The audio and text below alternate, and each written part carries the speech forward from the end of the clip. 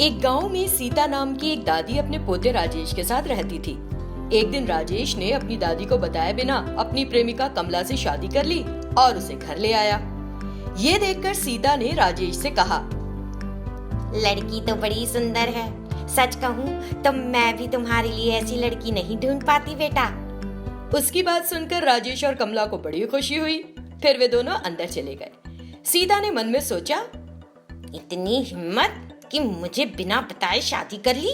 अब देख कैसे मैं इस लड़की को 2 दिन में घर से बाहर करती हूँ। अगले दिन जब राजेश घर पर नहीं था तो दादी ने कमला को बुलाया। ए लड़की, इधर आ। हाँ कहिए दादी। मेरे लिए एक गिलास पानी ले आ। दादी पानी आपकी पलंग के पास ही रखा है। क्या तू मुझसे बहस कर रही है? क्या मैं नहीं जानती कि पानी कहाँ रखा है? क्या मैं तुझको एक अंधी औरत लगती हूँ? मैं जैसा कहती हूँ कर, मुझे गुस्सा मत दिला, वरना तुझे नहीं पता मैं तेरे साथ क्या करूंगी।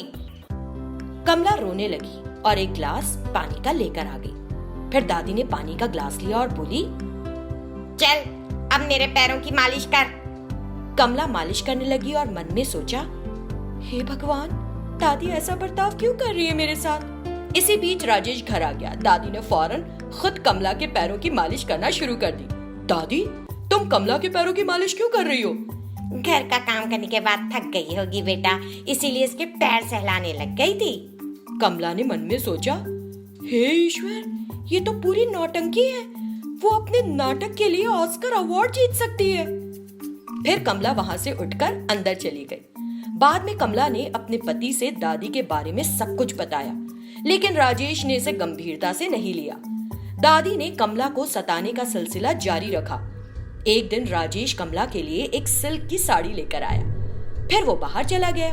ये देखकर दादी ने कहा, अरे तुम क्या करोगी सिल्क की साड़ी पहनकर? इतना कहते हुए उसने कमला के हाथ से वो साड़ी ले ली और पहनकर नाचने लगी। कमला दादी के इस रूप को देखकर हैरान रह गई। उस दिन जैसे ही राजेश घर आया, कमला ने कहा, राजेश, तुम्हारी दादी ने वो साड़ी मुझसे ले ली जो तुम मेरे लिए लाए थे। वो मुझसे हर दिन ढेर सारा काम करवाती है और बात बात पर सताती है। मैंने तुमको पहले भी कई बार बताया है, लेकिन तुम कुछ नहीं कर रहे। मैं हार चुकी हूँ राजेश।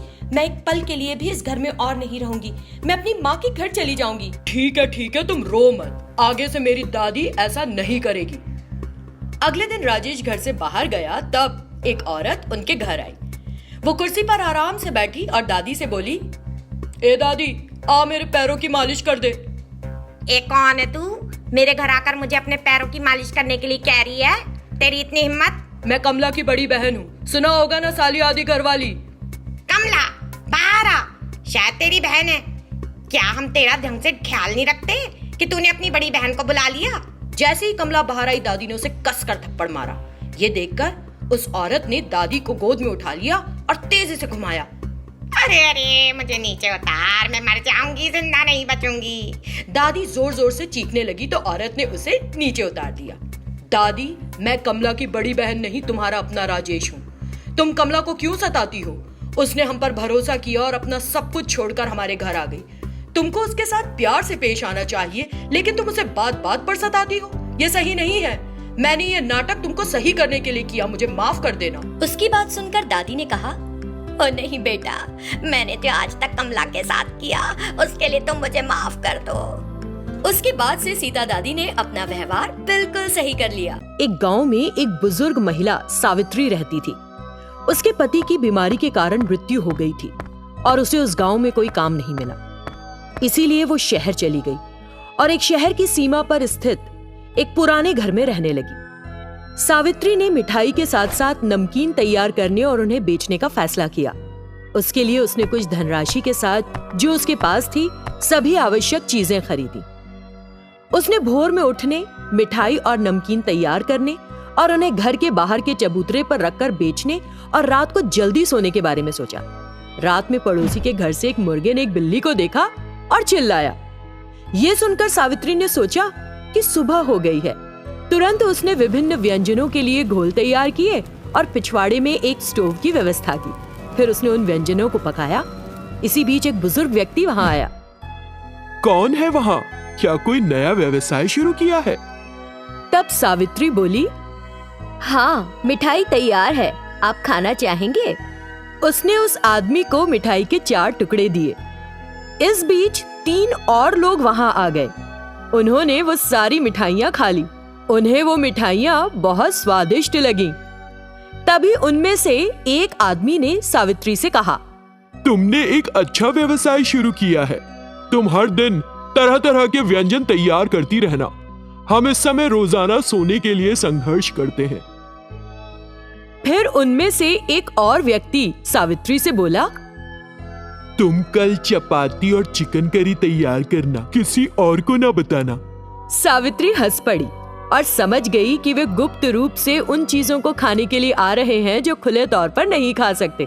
ठीक है, क्या मुझे चिकन करी बनाना आता नहीं? उन सभी लोगों ने जो खाने की चीजें खाई उसके लिए सावित्री को कुछ पैसे दिए और चले गए। जब सावित्री ने उन पैसों को गिना तो वो उस राशि से 10 गुना अधिक थे जिसकी उसने उम्मीद की थी।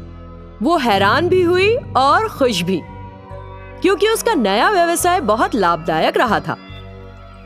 फिर एक लंबे समय के बाद सुबह हुई। ये देखकर सावित्री समझ गई कि वो आधी रात को जाग गई थी और खाने की चीजें तैयार करने लग गई थी।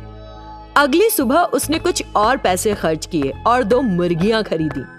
उसने आधी रात तक चपातियां और चिकन करी तैयार कर ली। पिछले दिन आए आदमियों ने फिर से आकर चपातियां और करी खाई। फिर उन्होंने उसे पैसे दिए और चले गए। उस दिन सावित्री को अच्छा लाभ हुआ। इसी तरह सावित्री ने आधी रात को अपना व्यवसाय जारी रखा और भारी मुनाफा कमाया। एक कंजूस आदमी सावित्री के घर के पीछे स्थित एक घर में रह रहा था। पैसा पाने के लिए वो कुछ भी कर सकता था। एक दिन वो रात को सो नहीं पा रहा था और उसे कुछ स्वादिष्ट पकने की खुशबू आई। उसने सोचा कि गंध कहां से आ रही है और अपने घर की छत पर चला गया। सावित्री अपने घर के पिछवाड़े में अकेली बैठी थी और चूल्हे पर चिकन करी पका रही थी। वो कंजूस व्यक्ति उसको उत्सुकता से देखने लगा। इस बीच वो पिछवाड़ा कई लोगों से भर गया। तब सावित्री ने उन्हें कुछ व्यंजन परोसे और उनसे पैसे लिए। जब उन सभी लोगों ने जगह छोड़ दी तो उसने सारे पैसे नीचे रखे और गिनना शुरू कर दिए। एक ही बार में इतने पैसे देखकर, सिर्फ एक दिन में इतना पैसा?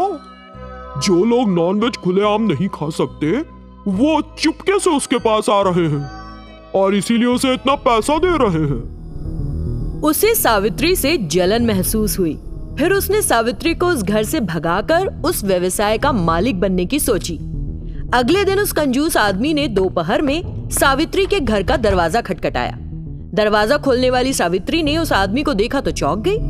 बेचारी औरत, इतनी स्वस्थ हो, फिर ऐसी स्थिति में क्यों पड़ी? सावित्री जो उसकी बातों को समझ नहीं पाई, थोड़ा डर गई और असमंजस में पड़ गई। कंजूस आदमी फायदा उठाकर फिर बोला, देखो तुम्हारे चेहरे पर भी वही पागलपन दिखाई दे रहा है। भूतों को खाना खिलाने से और क्या होगा? तब भी सावित्री को उसकी बात नहीं समझ आई तो कंजूस बोला, तुम्हारे चेहरे को देखकर पता चलता है कि तुम भूतों के वश में हो। क्या तुम उन लोगों द्वारा मांगे गए व्यंजन नहीं पका रही? सावित्री को अब उसकी बात समझ आई और बोली, मैंने व्यंजन पकाए क्योंकि उन्होंने मुझसे पकाने के लिए कहा।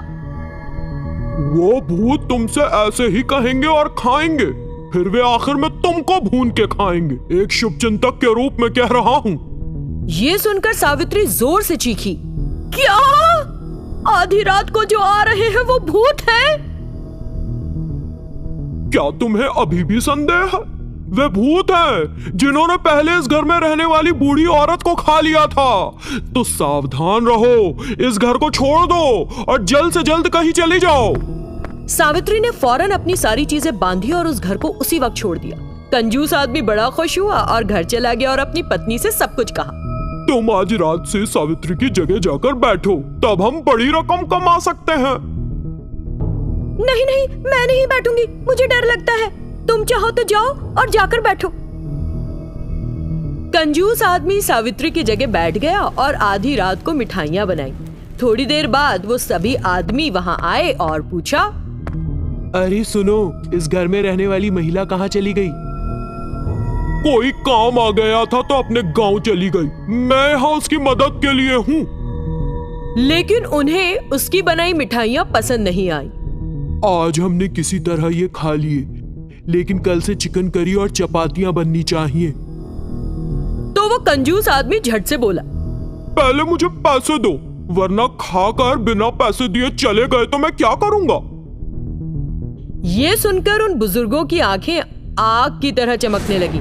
बदमाश, बेवकूफ, क्या तुम हमें खाने के लिए नहीं दोगे जब तक हम तुमको पैसे नहीं देंगे? ये कहने की तुम्हारी जुर्रत कैसे हुई? जो भी खाना मांगे उसे तैयार करो, वरना हम तुम्हारे ही टुकड़े करेंगे, उन्हें स्टोव पर भूनेंगे और खा जाएंगे।